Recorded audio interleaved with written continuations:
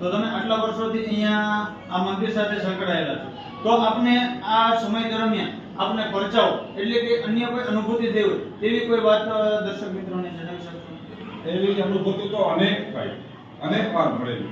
ખૂબ જ્યારે મારા સદગુરુ શ્રી વલ્લભ દાદાની હાજરીમાં શ્રી અખિલાનંદજી મહારાજની કૃપાથી ખૂબ પરચા મોટા અમે જોયેલા નથી.